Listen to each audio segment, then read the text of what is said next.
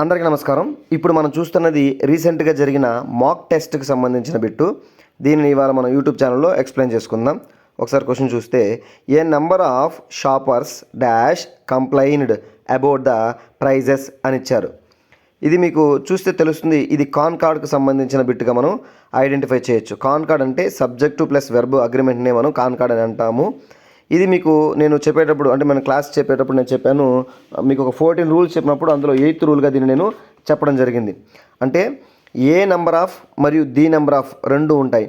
A number of అనేది మనం ఏ number of వస్తే ప్లూరల్ వెర్బ్ని తీసుకోవాలి, ది నెంబర్ ఆఫ్ వస్తే సింగులర్ వెర్బ్ తీసుకోవాలి అని మీకు చెప్పాను. ది నెంబర్ ఆఫ్ అంటే పర్టికులర్ నెంబరు ఒక యూనిట్గా కన్సిడర్ చేసి మనం సింగులర్ వెర్బ్ను తీసుకుంటాం. ఇవి రెండు మీకు ఇంటర్మీడియట్ ఫస్ట్ ఇయర్ టెక్స్ట్ బుక్లో ఉంది. పేజ్ నెంబర్ 177లో 16-24 క్వశ్చన్లలో మీకు ఉన్నాయి. సో పేజ్ నెంబర్తో సహా చెప్పాను, మీరు ఇక్కడ ప్రాక్టీస్ చేసుకోవచ్చు.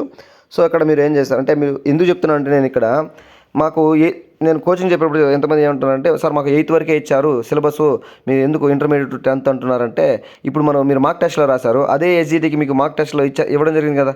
సో అంటే మనకు గ్రామరు ఈ సిలబస్ వరకు అని చెప్తారు, కానీ ఖచ్చితంగా మనం మ్యాక్సిమము ఒక 10th వరకు అయితే ఖచ్చితంగా చదవాల్సిన అవసరం ఉంటుంది. సరే, ఒకసారి బిట్టుకొద్దాము.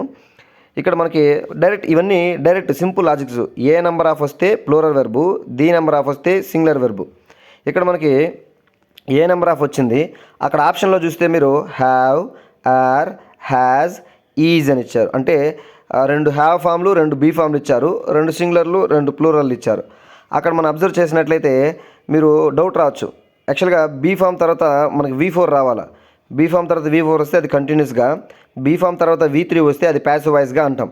కానీ ఇక్కడ ఎవరైతే కంప్లైంట్ చేసిన ఎవరంటే నెంబర్ ఆఫ్ షాపర్స్. అంటే ఏంటి, doer of the action subject ప్లేస్లో ఉంది కాబట్టి ఇది యాక్టివ్ వాయిసే. డూయర్ ఆఫ్ ది యాక్షన్ ఎప్పుడైతే ఆబ్జెక్ట్ ప్లేస్కి వెళ్తుందో అప్పుడు ప్యాసివ్ వాయిస్ అవుతుంది. సో కాబట్టి ఇది యాక్టివ్ వాయిసే, కాబట్టి బీ ఫామ్ అనేది ఖచ్చితంగా రాదు. ఇవన్నీ మీకు లాజికల్గా ఆలోచించగలగాలి. సో ఇప్పుడు మనకి ఖచ్చితంగా 2 ఆప్షన్, అంటే 1, 3rd 1 మాత్రమే ఆప్షన్లు అవుతాయి. అందులో కూడా మనకి ఏ నెంబర్ ఆఫ్ వస్తే ప్లూరలే కాబట్టి హ్యావ్ని మనం తీసుకోవడం జరుగుతుంది. సో దీనికి ఆన్సర్ ఏంటంటే, a number of shoppers have complained about the prices అనేది కరెక్ట్ ఆన్సర్ అనేది అవుతుంది. Thank you so much.